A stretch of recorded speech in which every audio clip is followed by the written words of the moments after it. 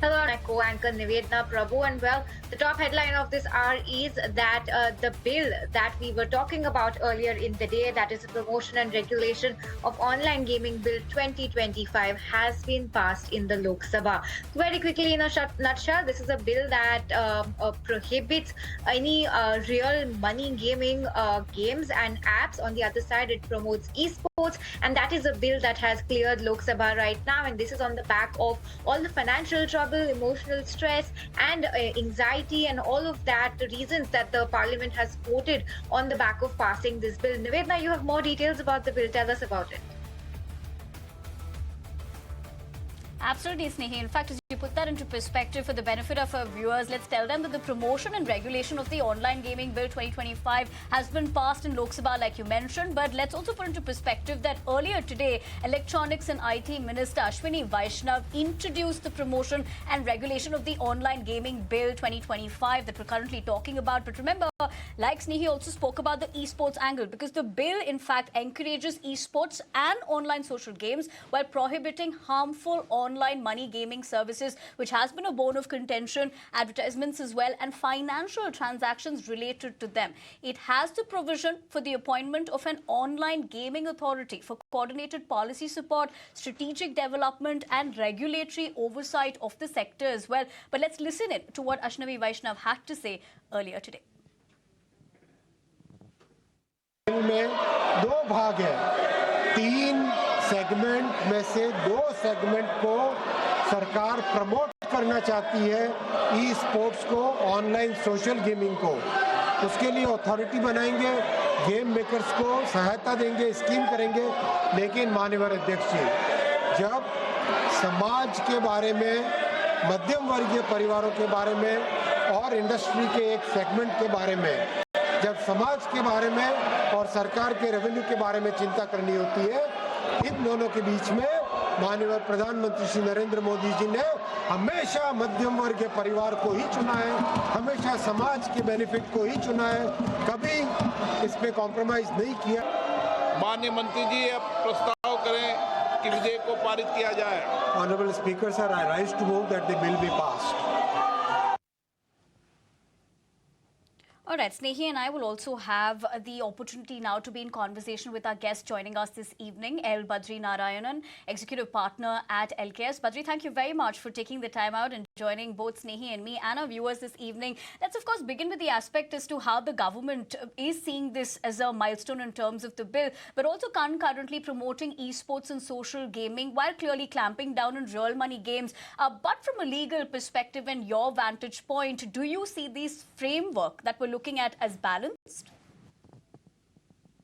I think, like you said, just to as you summarized very nicely, we are probably for the first time and in a very sudden move, you've seen this online money gaming bill, which has been introduced and passed in the Lok Sabha. Like the minister stated, it really differentiates between 2 types of games. One is casual games and esports games, and other being online money games. Now, in online money games, they make no difference between games of skill and games of chance. And that's a very significant difference that is being sought to be passed in the Lok Sabha through this gaming bill, and something which may have constitutional implications because, as you know, games of skill, when played for money, have been protected by the Constitution as being a viable business, and on the basis of which, for the last 10 years or more, there have been investment in this industry, which is also promoting skill-based gaming. Now, the bill obviously goes ahead and paints both games of skill and games of chance in one light and kind of goes ahead and prohibits them. That's one aspect of the bill. The other aspect, which is probably encouraging everyone, is that e-sport is something that they are differentiating from money games and something which they're encouraging. So there again, we are probably going to have an authority. The ambit authority probably is going to be looking at whether these games have some harmful component, whether they're having obscene issues and other things which could have maybe a social fabric impact. But esport obviously is kept in a separate pedestal, something which requires skill as per the government and which is recognized by the Olympic Association or similar sports associations, and where you kind of participate in a tournament or games. That's really what is being protected by this bill. Though the bill says promotion and regulation of online games, it's really promotion and regulation of eSports and casual online games. And it's a complete ban without any basis of all money games where you play either for entertainment or for any kind of sport which is skill based online. So that's really where we stand with respect to the bill at this point of time. Right, Mr. Narayan, appreciate that view coming in. But we were interacting with experts earlier before the bill was passed, and a very important point that was made by the meaty secretary is that this is not aimed at criminalizing the players who are playing this activity, or rather, the incidence of the blame is going to be falling on these app developers or the app makers. So, what do you have to say to this? How is this going to actually detriment players from or app users from going onto these apps and playing? Because while the burden of this falls on the developers, how is this going to be effective to reduce people or discourage them from going on to these real money gaming apps? One of my big concerns, which you kind of showing, is that this might result in a proliferation of illegal and offshore betting apps and money games apps because it does not pin any blame on the players. So the players are not going to play Indian-based, Indian-certified companies which have been in India for over a decade and working and who have invested significantly. I believe more than 25,000 crores of investment has gone into this area, trying to build a robust ecosystem.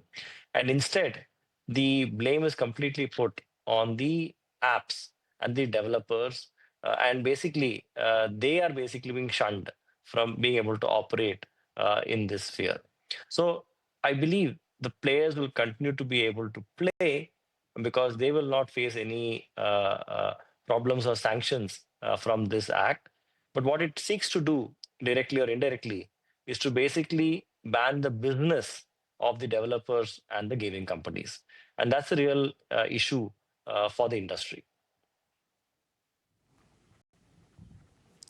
On a lighter note, perhaps that's the real game here, Badri. But given the aspect of what you did state, right, the players that will continue to play, but the other loophole in this, that enforcement in general has always been a challenge in the online gaming space, particularly, like you pointed out, with offshore operators as well. So do you think the bill has sufficient teeth to tackle that issue, or will enforcement lag behind legislation?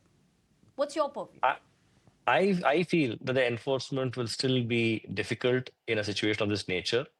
One of the things that was proposed previously by METI itself, and if you look at the Information Technology Act and the rules under it, was to kind of have a self-regulatory body, just like, for example, we have in advertising something like ASCII and other places where we have self-regulating bodies who will be able to put guardrails in place to ensure that the players who are playing on these games are taken care of.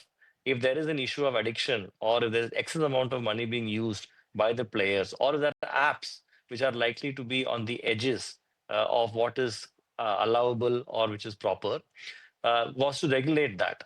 What we have now come to is to have a complete ban, which is like a complete prohibition. Okay. There are various aspects where, for example, there could be issues. For example, we had a lot of issue from SEBI on investments made by retail investors in FNO, which is futures and options. There again, they did not ban futures and options, but provided guardrails to ensure that the retail investors are not taken for a ride. So I think what I would have expected the government to really come out would be not a absolute prohibition, because that never allows the real curb, because somebody who wants to bet and who wants to gamble will find ways around it. Okay, like you said very nicely, that offshore rules there could be, and I don't feel that there is enough in this bill for the purpose of being able to curb the use and play of these games from outside India. We may need to have other people being part of this group for the purpose of being able to stop this. But you have limited ability to be able to take into account what is happening beyond the borders of India. So that's really where my concern is from this bill. Right, and Mr. Narayanan, another place of concern that I really wanted to flag off is how the posturing is done, right? How this shows India's approach towards online gaming. Now, on one end, we have such a tough stance on real money gaming. On the other, the same bill is promoting esports. Help us understand investors, foreign investors, like we were talking about, how would they be looking at esports as a sector to invest? Because gaming has been a sector that has seen robust foreign flows flowing in. And now that we have a ban on one segment of this entire umbrella, how do you think esports is going to be gauged by foreign investors? And do you think there is a creeping in of fear now over here? I've been in touch with some of the foreign investors through the day, and whatever feedback I have received has not been very good. I think we don't realize that when you ban or prohibit one part of a particular area, you send a message to the whole world that we have the ability at any point of time to able to close the tap. Now, today, esport is being promoted as something which is acceptable to the people and to players and to. But if tomorrow there were to be some report that says that people in 10th standard and 12th standard are not doing well because they're spending all their time playing, we should go ahead and regulate them or ban them during the months of March, April, May.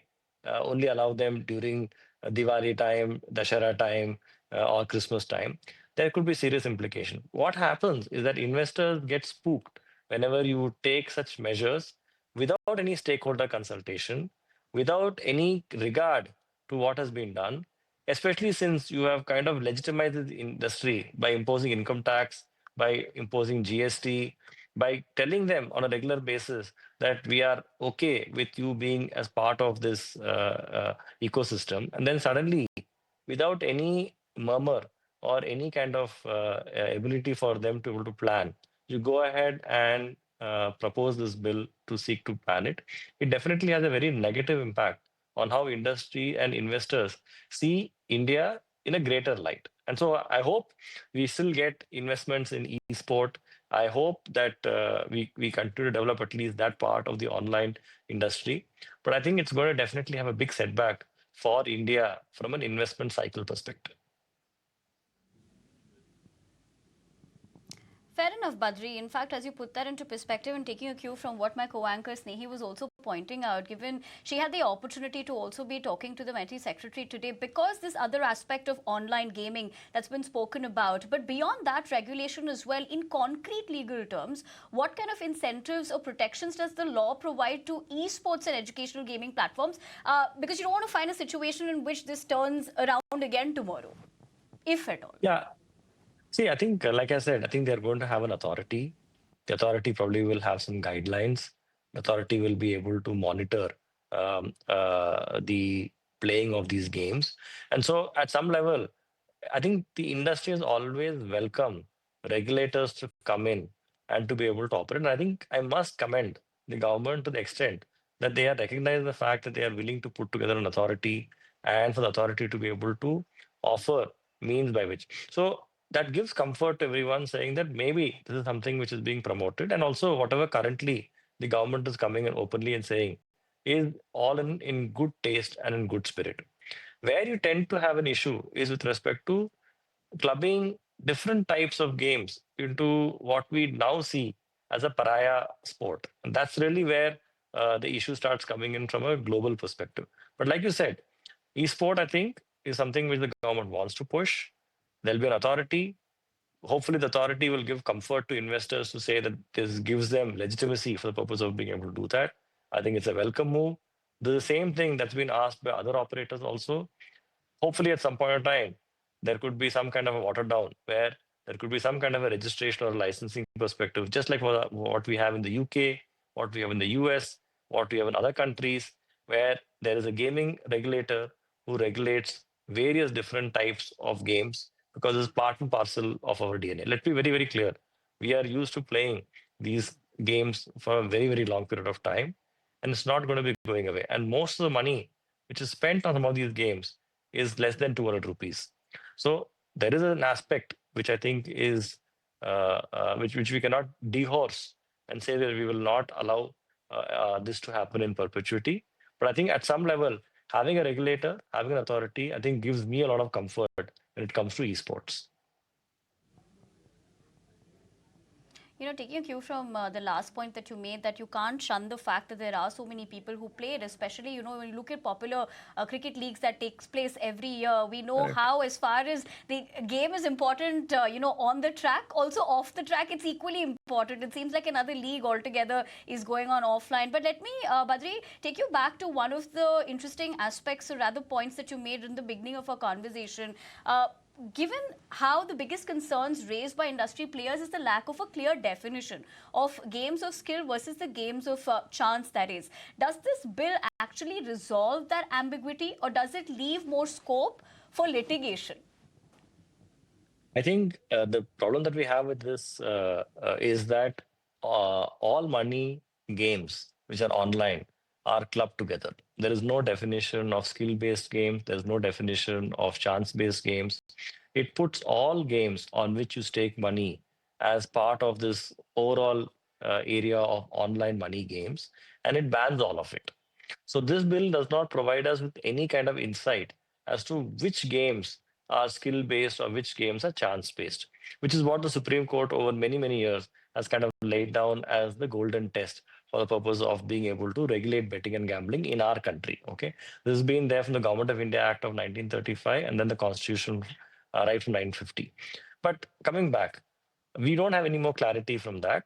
But what we do have clarity is that e-sport, there's a comprehensive definition which basically provides for tournaments to be played with esports where prize money can be distributed, which requires a certain amount of skill, which is recognized by bodies such as the Olympics, and where you pay a participation fee. But that fee should not be a way of being able to go in and stake money on it.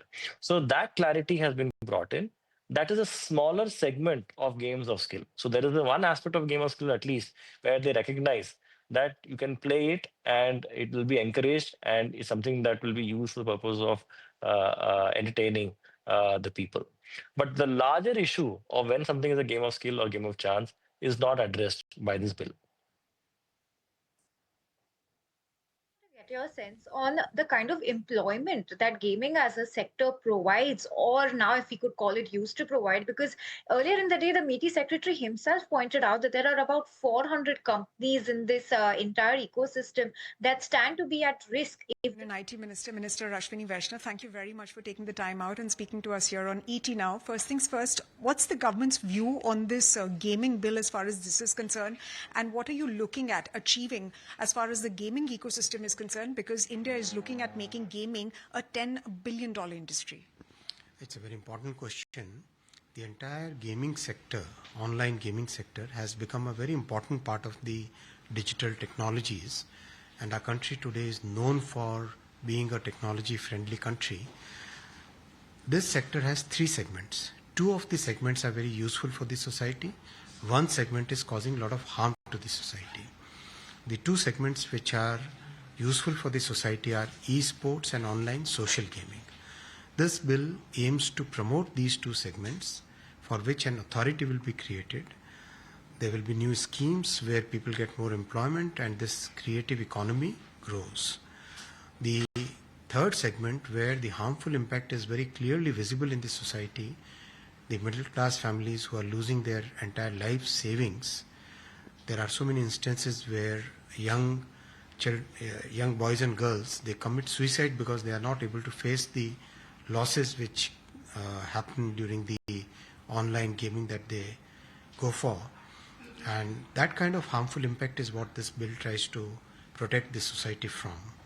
Even the World Health Organization has declared gaming disorder, which causes very serious psychological issues among the people who play online money games in a very regular way. So that's the objective, is to promote the good things for the society and prevent these harms which are coming to the society. And when we have to look at the harms to the society versus the one segment of the industry, we have to see the interest of the society as paramount. Absolutely, sir. And you made a very important point about protecting the society from the harms. Now, given the fact that you've been in consultation with stakeholders for a very long period of time, and of course, you've observed all the harms that are coming into the way of society, and of course, very impressionable young users, would you be able to throw some light on what are some of the key findings as far as, harms to the impressionable young minds is concerned? And that's something that you're looking at mitigating. There are many harms which come. First of all, there is a addiction which happens when online money games are played regularly. That is first. Second, it's very difficult to know what the real algorithm is. Algorithms are very opaque. So there are so many games where initially people win small amounts and then after that they lose everything. Third, the impact, the terms and conditions in the games are such that once you give an authorization for money getting deducted from whether it's a credit card or an account, it continuously happens without having more checks in the game. Then there is cross-border issues where crores of rupees are going across the border. We also know that there is a money laundering angle in this. Very, very significant. So all these things combined very clearly demonstrate that there is a significant harm to the society from which we need a way out. So you very rightly pointed out that this is essentially a bill that also promotes eSports and online social games, and that's what the Government of India's view is. How are you looking at promoting these two categories, given the fact that gaming as a sector has a lot of VC interest as well, and given the number of users that are using it and companies also sort of opening up, they would want to perhaps hear from you on what is your vision and how are you looking at promoting these two sectors? You might have noticed that recently we had very major waves in Mumbai. One of the key part of waves is gaming, and as I said, the beneficial part of gaming, we want to make India as a game making hub, and for that the talent which is there in creative economy, that talent needs to be nurtured and promoted, and for that we are starting a series of IICTs. The first one has already started functioning in Mumbai.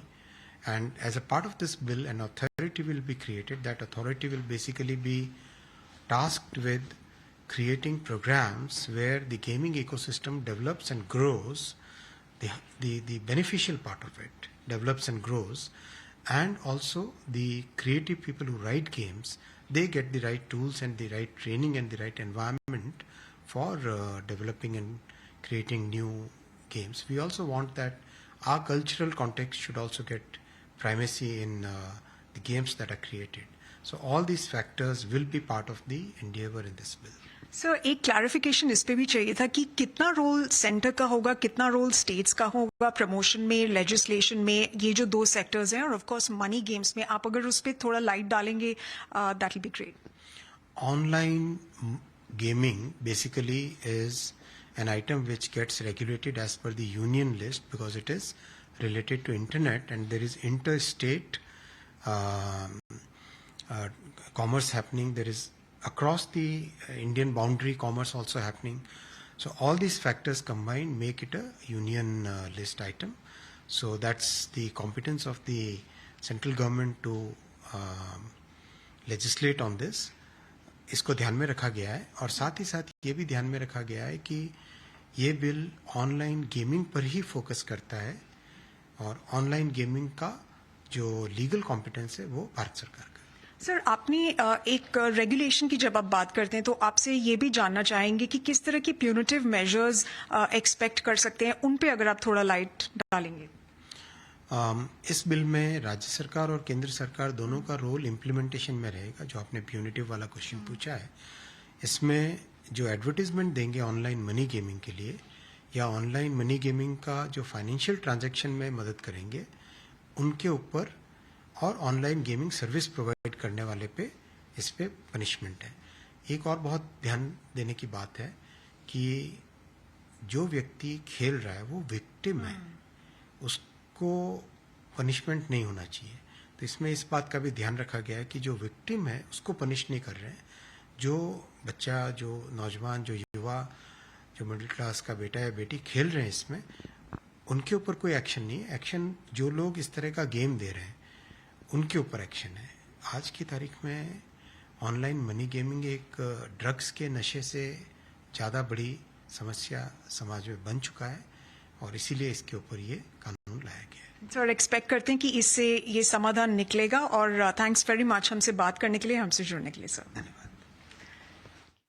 Well, all right, that was my colleague Sumita Karir in an exclusive conversation with the Union Minister for IT, Mr. Ashwini Vaishnaw. But on that note, we'll wrap it up on this edition of Startup Central on this wholesome coverage of the passing of this bill on online gaming. It's a goodbye from Nivedna and me.